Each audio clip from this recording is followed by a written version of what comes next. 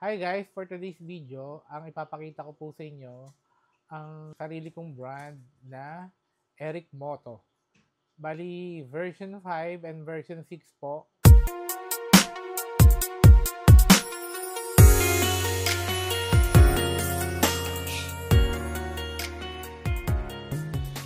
Si version 5, clamp type with charger. Si version 5, mirror type with anti-theft. Version 6, clamp type without charger. Version 6, mirror type with charger. At dito muna po tayo kay version 5.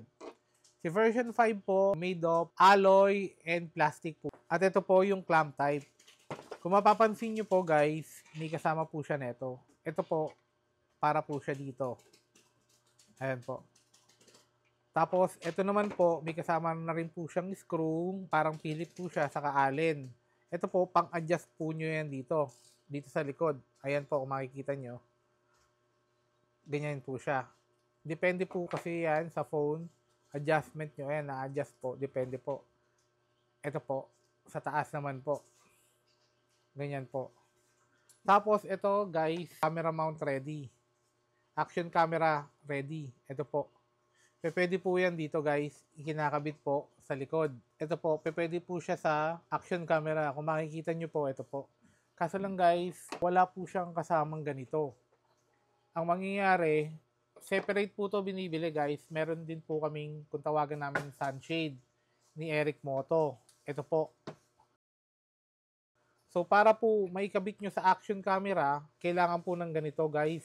Pagka cellphone holder lang ang binili nyo, wala pong kasama. Kung meron po kayong sunshade, ilalagay nyo lang po yan dito guys. Yan. Tapos, ito po. Ipapasok nyo lang po siya doon. I-shoot nyo lang. At, ito po. Papasok nyo. Ganyan na po yung itsura niya. Ulitin ko guys ha. Ito po, pagka cellphone holder lang ang binili nyo, hindi po kasama to. Pati po ito, hindi po kasama. Separate po siya. Para po i-assemble, ganito lang po kadali. Napakadali lang po. Yan. At ito po, para hindi kayo mahirapan ikabit, ito muna po ikakabit nyo sa motor nyo. After nyo po i-mount, gaganyan nyo lang po. Ito naman po yung kabitan ng USB charger. Ayan po guys. 4-in po lang po. Fast charger po siya guys ha. 36 volts. Makikita nyo. With shock absorber na po siya. Tinatawag nating without charger na mirror type. So ganun din po guys. May kasama po siyang ganito. Para po dito. Mirror type without.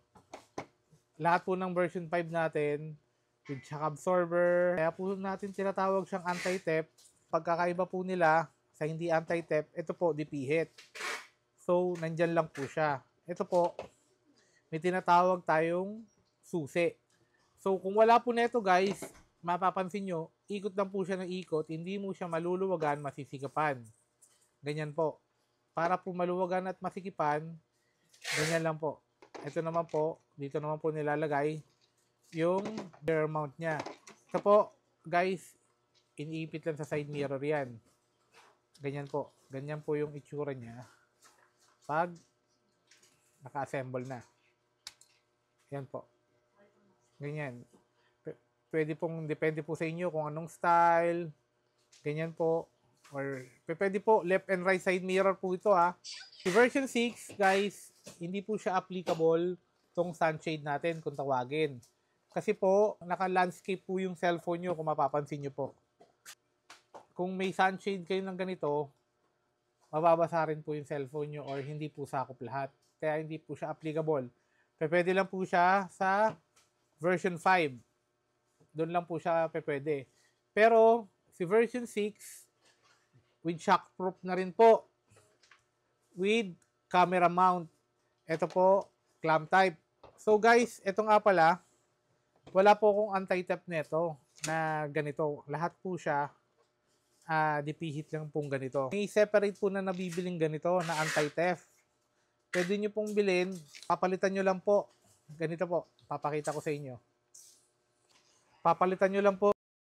Kunyari, ito po yung anti-theft. Papalitan nyo lang yan. Ito po yung kakabit nyo.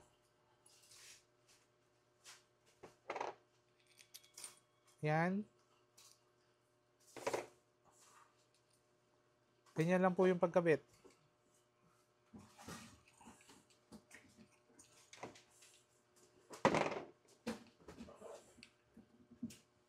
Yan po, para maikabit nyo na po. Ganun lang po pagpalit. May nabibili pong ganito. Ganito lang po, anti-tap po sa akin. Version 6 with charger po, kung tawagin. Naka-portrait din po siya. Ito po, with charger. Ito naman guys, pwede pong dalawa to. Wireless, ito po. Applicable lang po sa cellphone na pwedeng mag-wireless charging. Pero kung hindi po wireless, hindi po siya pwede. And then, Type-C. Ito po, Type-C, USB charger. Pwede po siyang sabay na mag-charge sa cellphone nyo. Kunyari, dalawa po yung cellphone nyo. Yung isa po, wireless. Tapos isa, dito po, di-wired po. Meron din po tayo netong mirror type and clamp type po. Ito po, pagka mirror type, ganito po, kung tawagin. Mirror type, ganito naman po, yung kasama niya, pagka clamp type. Ayan po guys. So, hanggang dito na lang.